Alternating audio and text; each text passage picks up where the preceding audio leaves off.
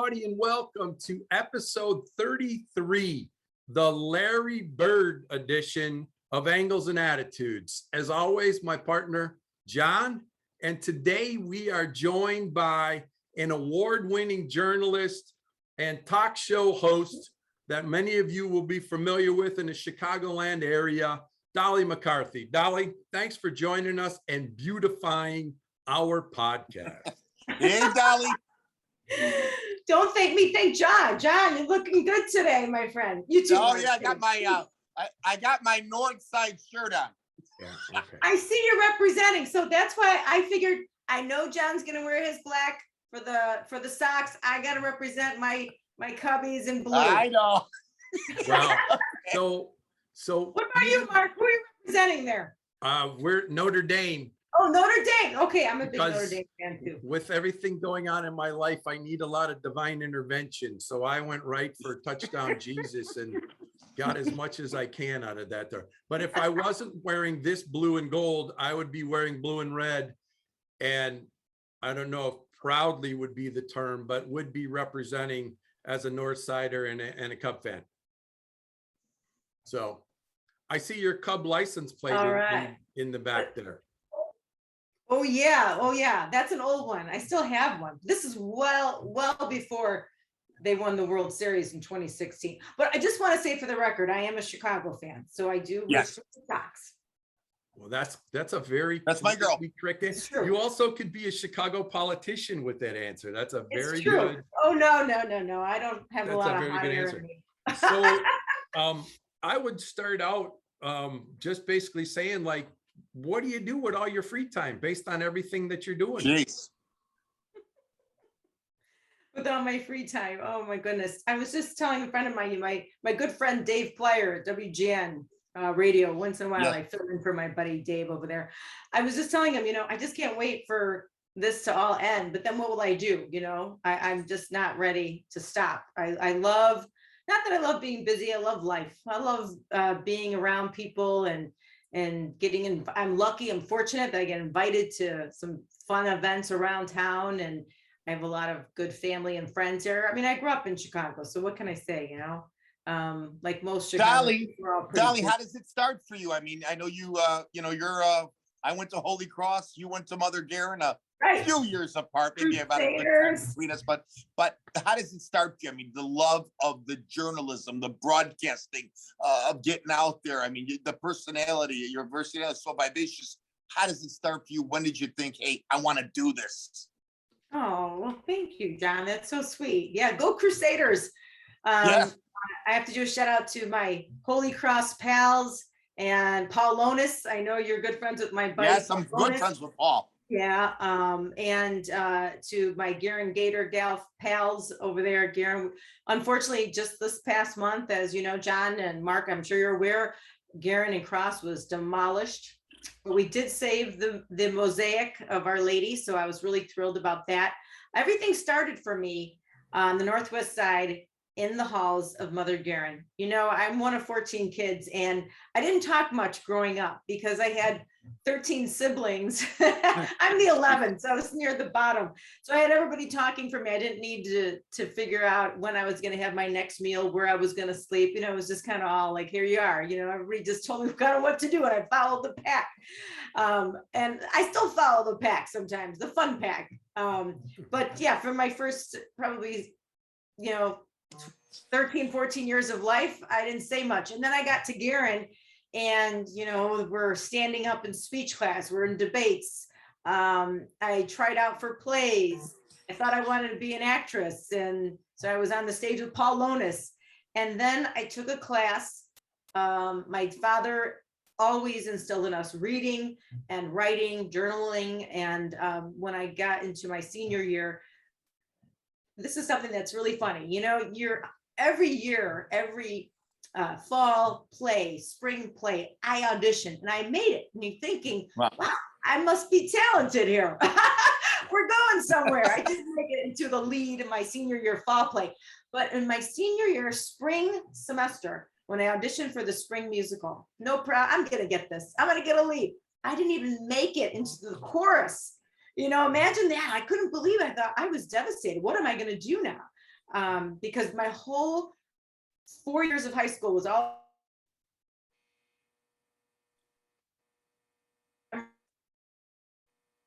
so I class, and the rest is history. I started writing, and I think we have an unstable connection. Can you guys see me, John? Yeah, I can. Yeah, I see. I got you. So, you know, I wanted to, and this is what I did when I went, one year I spoke at a graduation ceremony, and I just said to them, look, I wasn't an honor student, maybe made the honor roll once. I was just way too busy to study. I'm kidding. I did study. I kept my grades up there. But, you know, the point is that, you know, in life, I won't say my age, but I've tried so many things. I've done a lot of careers, not because I was confused, but because I liked variety. So that was a blessing for me. That really showed me that even though you think you're so talented in one area, you can always pivot, right? And I think a lot of us have during COVID. We've all pivoted Sure. and found that we enjoy a lot of other things, that we don't have to be defined by our one career. You know what I'm saying, in that regard. So I was blessed that I got into a journalism program, and you don't want to hear the rest of that. You know, then it just kind of spiraled into, you know, where I was going to college. I was going to go to DePaul, you know, back up, you know, the Northwest Side, John, the nuns, they didn't tell us to go to college. They did want me to go to St. Mary's of the Woods. They wanted me to go to St. Mary of the Woods. Why? I don't know why. Maybe they wanted me to be a nun. I don't know. But Yeah. I said, I'm not going to St. Mary of the Woods. And I'm going to DePaul because all my girlfriends were going to DePaul. And they had some pretty nice dorms there. What did I know at 18, right? Well, the short story of it is I was going to go to DePaul, but I had some minor surgery that turned into some major surgery that summer. And I ended up going to Wright Junior College on the Northwest Side. Who knew? I was going to a junior. I said, I'm only going here a semester, guys, just so you know, I'm not staying. Well, I ended up staying 2 years. It was the best education I've ever had. And then I continued on to NIU, but there at Wright College, my journalism teacher or communications teacher was the mayor of Park Ridge, first full circle, right? He's the one who pointed out to me, you know, Dolly, you should go into radio. You should try TV. And I'd never had anybody tell me what to try or point out my strengths. And that's not a jab at my family, you know, you know, they did a lot of things right. But, you know, he really recognized something and encouraged me. And so did the nuns at Mother Guerin too. You know, they didn't know what I was going to do, but they made sure that I had a voice, and they encouraged me to speak up. And sometimes I spoke up against, you know, some of the establishment, but it all worked out in the end, you know. And I guess the rest is history. I went on to NIU and started broadcast journalism there. And, you know, that's a long answer, isn't that? It's a very insightful answer in the sense that, because as I was digesting, you know, we've heard other types of stories where people thought that they were going in one direction, and instead of just, you know, folding their tent, they said, all right, we're going to go in another direction, and became extremely successful because they didn't just quit and think, well, I'm only going to be here. And you see so many, not only people, but establishments. I know I highlight WGN because we all grew up around WGN. Yeah. And you listen to it when you're a kid because your parents, the only time you really listened to it was because you want to hear if school is closed. You knew it was always on in the background, but you're like, we got school today? Yeah, you got school today. Okay. I don't want to listen to WGN. And then as you got into your like mid 20s or late 20s and you start a family, you were way too cool to listen to WGN. But again, that kind of came full circle. But now WGN is looking at things going, right, well, we can't be the old WGN anymore either, because if we stay just who we are, we're going to kind of wither and die on the vine. And they had to, there's your word again, pivot, as far as they're concerned as well, right? Yeah, absolutely right. That's so true. And my message to my interns and to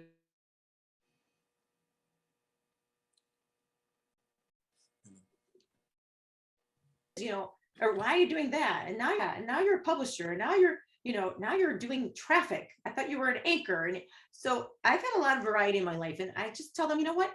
I didn't start out anything but as a writer, an observer of life, and a participant. And you know what? I thought that looked fun. I'll try it. That looks fun. I'll try it. And I may not have made You weren't money. afraid to indulge in things. From what I noticed, you weren't afraid. Not afraid you to indulge. yeah, But a you glass can. of wine I can do this. I once in can a do while this. too. Yeah, is Well, Naperville your first thing there? Is the Naperville the first gig or no? No, actually, my first gig was right out of college. I was working at a plastic injection mold agency, and I was the secretary. Oh. I really, NIU it was hard to find a job in broadcasting. Back in the day, do you remember those 3/4 inch tapes, the big ones? It Yeah. cost me $20 to apply for a job, but I had to buy the 3/4 inch tapes. They were about $20 themselves, then $20 to ship it. I got a job offer in Utah, a small town in Utah. And I thought, oh, geez, never mind. I'm not going to Utah. What am I thinking? And anyway, so I was working as a secretary, and I just saw a little ad in the Chicago Tribune. Back in the day that we had ads, and they had help wanted ads. I don't know. Do they still have them? I don't know. But I found I think there's two, maybe 2 a week. Yeah. Okay. I think it's called Indeed now, right? Everything's online. Oh, wow. And yeah, so that's where I saw a job opportunity at WCIU as a producer for their 8-hour business, the Stock Market Observer, their business news show. This was before CNBC. So I applied for that. There was a job, applicants wrapped around the block practically. And I thought, oh gosh, what have I got to lose? Okay. So I went up there and, just gave it my best. And he offered me the job right there. I felt bad. I'm like, should I go tell everybody else? Yeah, the line out there. Terrible. So I was very fun. Glenn Stewart was my first boss. And then Neil Saban. Actually, I worked with Neil as an intern. I should tell you, before I got that job, all through college, though, I tell my interns, God bless you, work hard. And thank you for showing up. Showing up is half of it, and putting in the time. I had like 6 internships all through college because I just wanted to learn everything I could in broadcasting at WCIU with The Power. Do you remember Channel 50, The Power? God, Yeah, really dating myself here. WPWR. Yes, with Neil Saban. I would take the bus down to WPWR, and Neil was running the station at the time, and I was just this little intern. And then I met up with him later at WCIU. He did not hire me, though. He came later.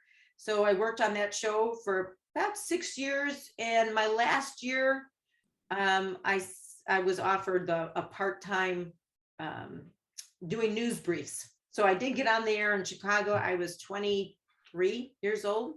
23. So that was just 24. last year, right? Yeah, just a couple, well, about a decade ago. So yeah, that was such a fun opportunity, anchoring next to Jack Taylor, who I used to watch on Channel 9. Mark, Jack, you got to know Jack Taylor, Channel 9. Sure. The main Channel 9, Night Beat. He was on Night Beats. I'm showing my age. Yes, Right. right. So I got goosebumps. Like, Jack, pinch me. I used to watch you. And so and then I decided to stay home. I got married, and I decided to stay home after I got pregnant and had a baby. I said, you know what? I'm just staying home. Forget it. I want to be home with my kids. And I was not even thinking about going back into broadcasting. So I just stayed home for 8 years, focused on my kids. And then the last year there, I hadn't planned this to start working, but the local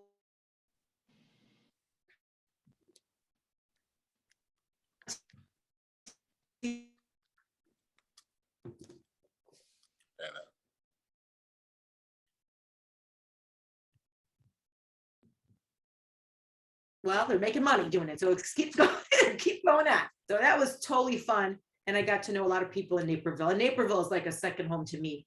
They really, it was a town that appreciated my talents, and they were ready for it. And they were ready for for my style, I guess. I just don't like hard, cold, bloody news. I liked good news. And I thought we could make a station, a newscast all about good news. And we did. We were very successful, and it was well received and watched by everybody in the town.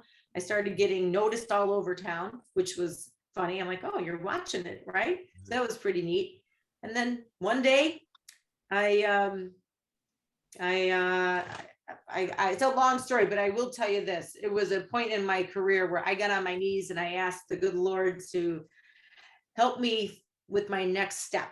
And without mentioning all the drama involved that I did, I got on my knees. And this is another thing I tell people. If you really want something really bad, growing up, we were never allowed to ask for things, just be grateful for what you have. And that's so true. But there are times in life where it's okay to say, Lord, help me. I need this. Right. And I said, this is no lie. This was a Thursday night. I got on my knees and I asked God to help me find a job that I could be proud of and happy and move on.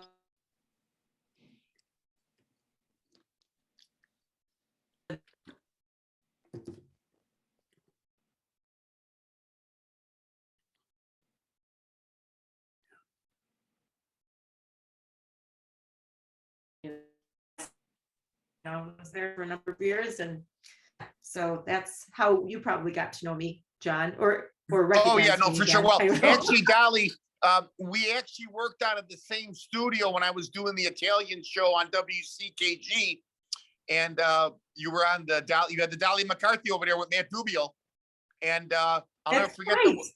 There was a mug left over in the studio because I would go in there on Sunday mornings to do the Sunday show, and I stole the mug because I wanted your Dolly McCarthy mug. You have it still on your desk, don't you? Yeah, yeah. That's where that mug. That's where that mug went. That's the one. That's the one. Yeah. Wait, let me show you this too. This is good. This is some CLTV. Vintage. CLTV, there you go. Stuff. Vintage. Yeah. And this, I love coffee mugs. I got a bunch of these from all the stations I worked at. Got a couple in Rockford too. Well, we have true crime stories. We have true crime stories now that John has actually gone ahead and admitted to stealing the mug. There goes that honest personality, my honest Italian personality. Yeah, that was a three-part mini series there, man, that we could have made that into in terms of the mug. So Sopranos. So we talk a lot about mentors or people that you leaned on. With all the different things that you did, were there times where people were like, hey, you just got to settle down and do one thing, and tried to dissuade you? And you're like, no, I have to do my own thing. Family members or friends or anything that ever just kind of said, whoa, isn't that enough? Did Dolly hear you there? Yeah.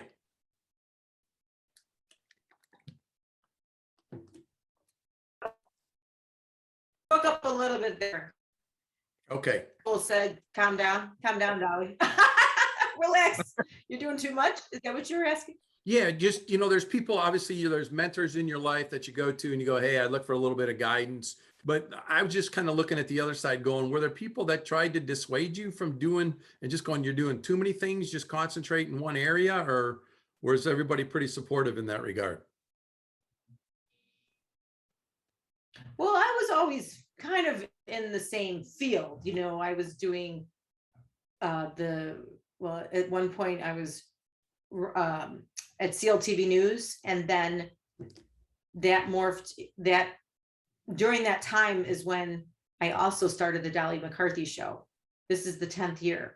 And of course, the 10th year, it's on hiatus because of COVID. Yeah.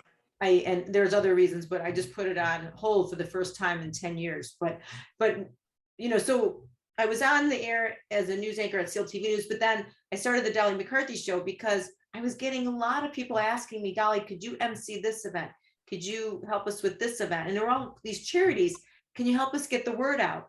And I would be, sure, I'll take it. And I'd run it over to the assignment desk. Well, oh God, here comes Dolly again with another project. She wants us to do a story on this other charity.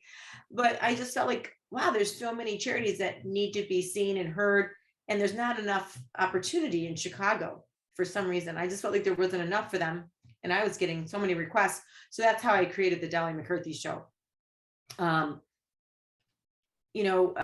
have 5 children, so I'm always busy with them, and they keep me young and they keep me moving. I have passions like anybody else. I love to cook, I love to dance, and when I do things, I guess people would say, I guess I do them big or go home, but I do a lot of things quietly.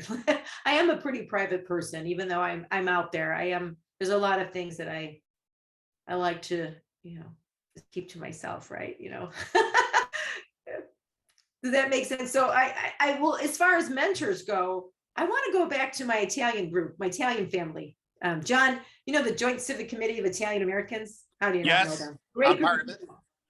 So I am so blessed. When I was in college, I applied for a scholarship for I forget the name. Oh, it was the John Fischetti Award. Hello. Yeah, John Fischetti Award.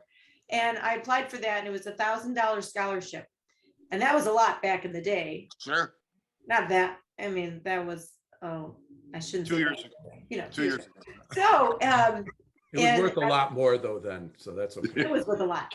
And when I went in, I applied for it, and then I went in for the interview, and there was a lot of people waiting in the lobby for this. And once again, I thought, okay, we'll see what happens here. Just do your best. And that's the thing, you can't control anything. So go in and do your best.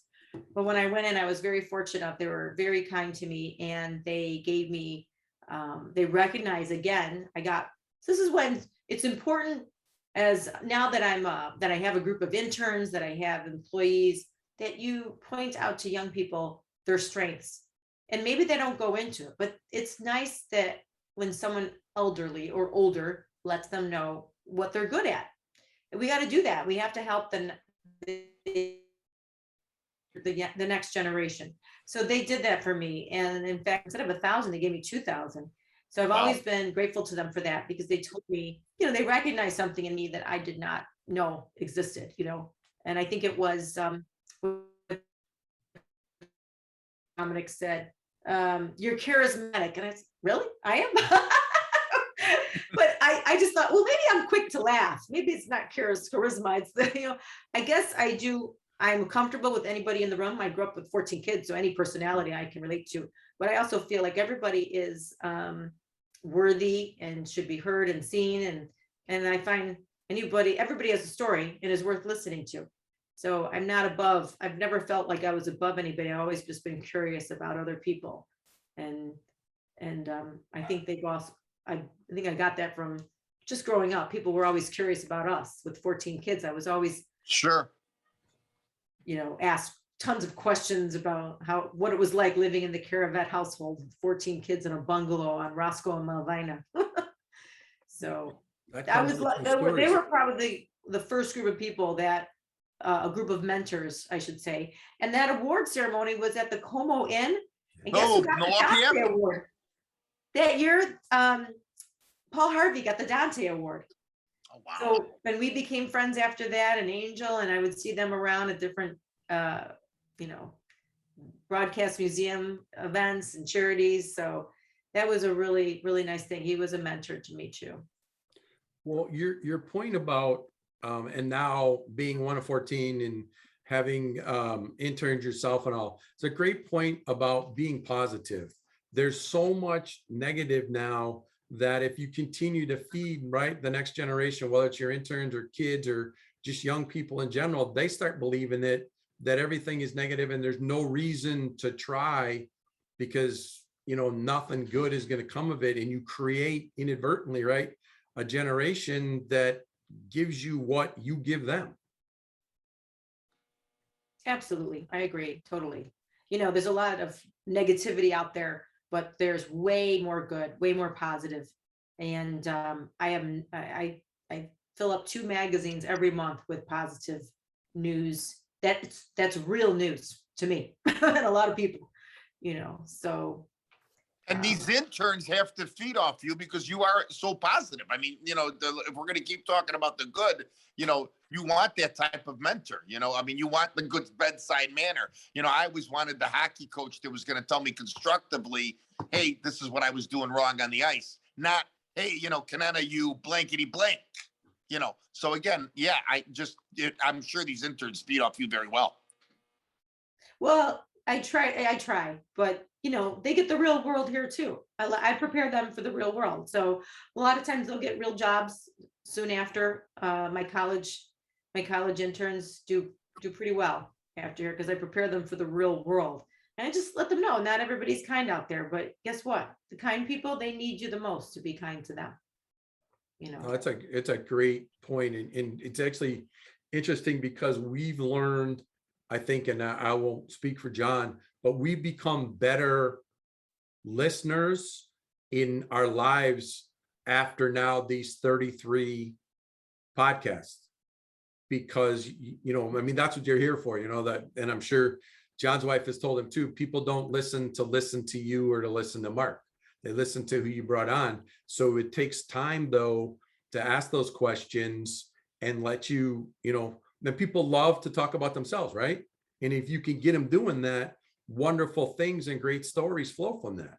yeah, I do. It's like being on your show right now. I do feel like because I was doing a lot of the shows on Zoom like this, and here I am back in here on a Zoom call. I do realize that how much I do miss being on the Dolly McCarthy show, which was nicknamed the good show.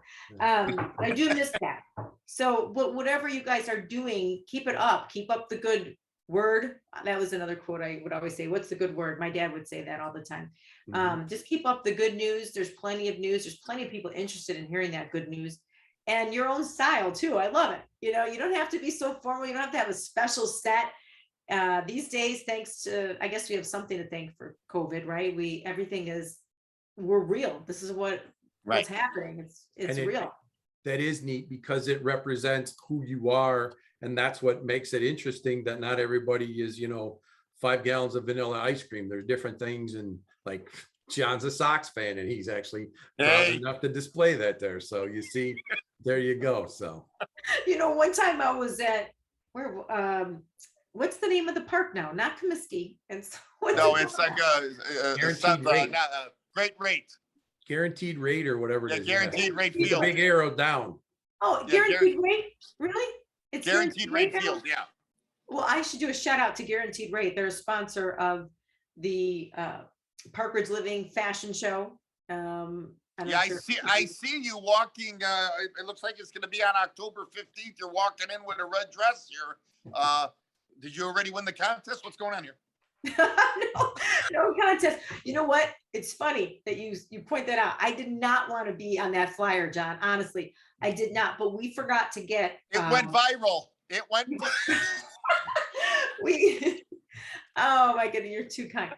We did not get permission from the photographer and the models 2 years ago when we did this.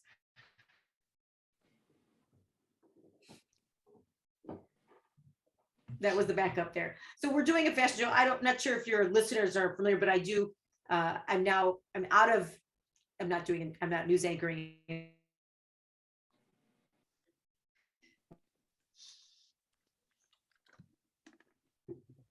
And we have some really talk and chats and interviews on that. But my full-time gig now is publishing Park Ridge Living magazine and Be Local, Northwest Chicagoland and Northwest Suburbs. But and we do charity events. So I put on these charity events, and the big one is the Park Ridge Living fashion show. I'm looking at the flyer now, making sure I got everything. We have 100 tickets left out of 250. It's not until October 15th, if you don't mind me plugging it. And thanks to Guaranteed Rate and Sioux Hall, Century 21, and a slew of other great sponsors. It's all to benefit Wings. Wings, as you know, is an agency whose mission is to break the cycle of domestic violence. And October is Domestic Violence Awareness Month, and I'm happy to put this on. I think we have raised so far about $60,000 for them, and that's they need a lot more to keep it going, but that helps. During COVID, things are the funding went down and there was more need, so I'm happy to do that. No doubt about it. Never a bad thing.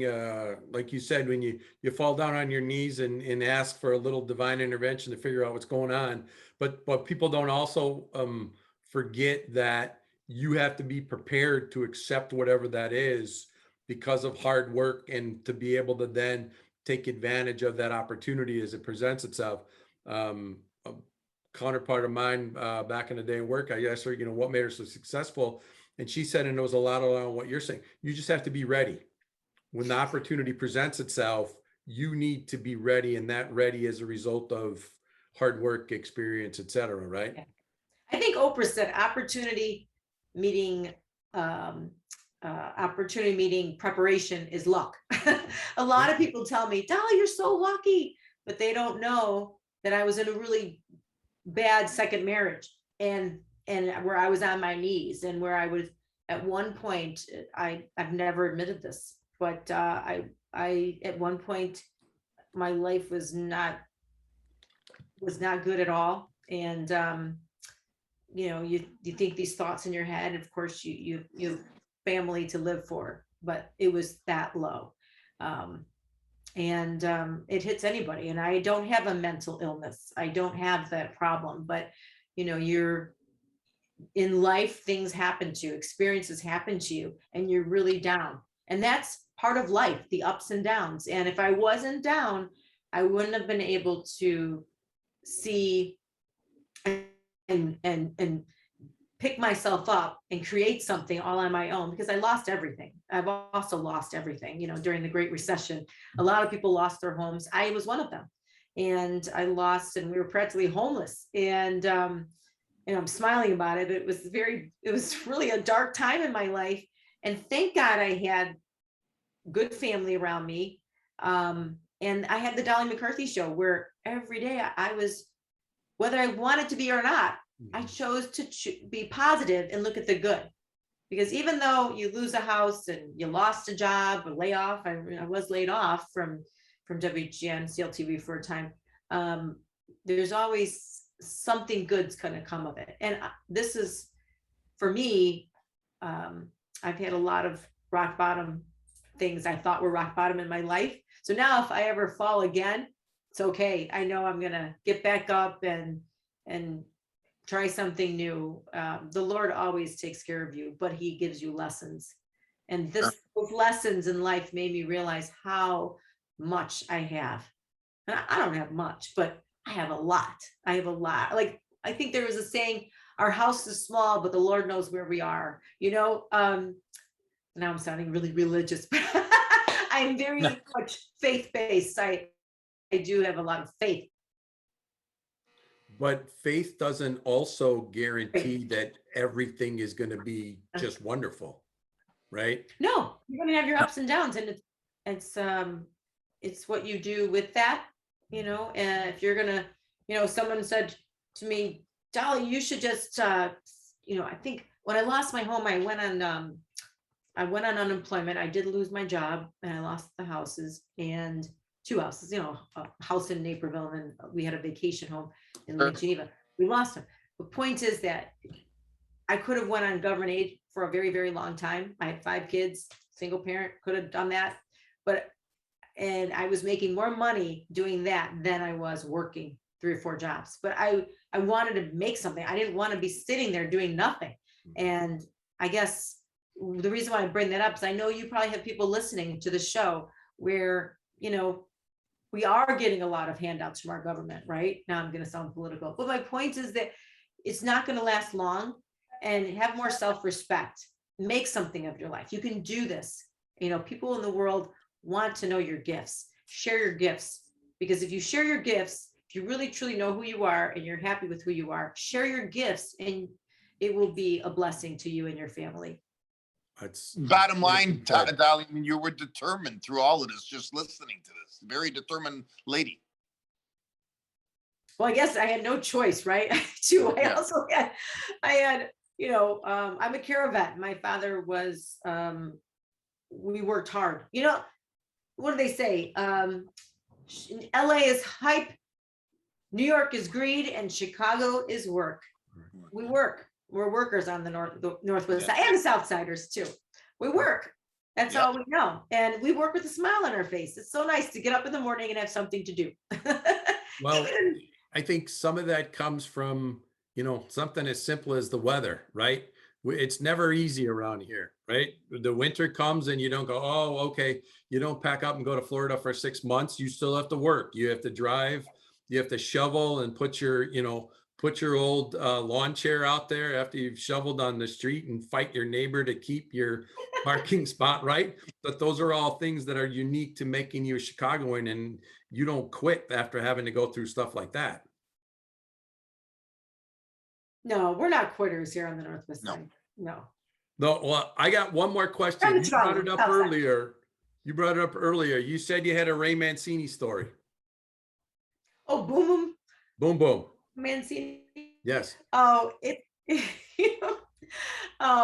what group was it? I got invited to a boxing match.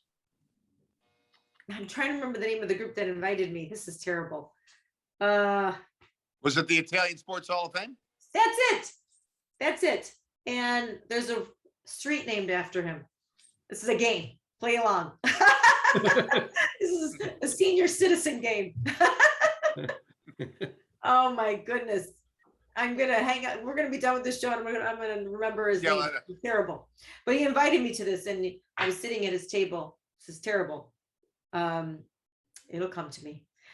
All right, we were sitting at the table. We were in Elk Grove Village at some banquet hall in Elk Grove Village. I'll never forget it. And I'm sitting at the table, and I said, you know, Ray's gonna be here. I can't wait to meet him.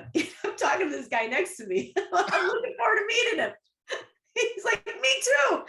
And we're just having a nice conversation. And then the event started and introductions were made. They introduced Ray. He's sitting right next to me. I'm like, you're kidding me. Oh, it was hilarious. They all were in on it with me. And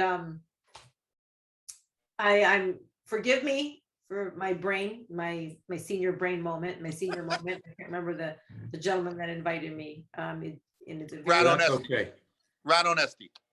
you would think Ron Onesti. And I gotta do a Right? shout out to Ron Onesti. I should do a shout out to Ron Onesti, who's remodeling that Displays Theater. Yes. It's gonna be incredible. They're starting shows there in October.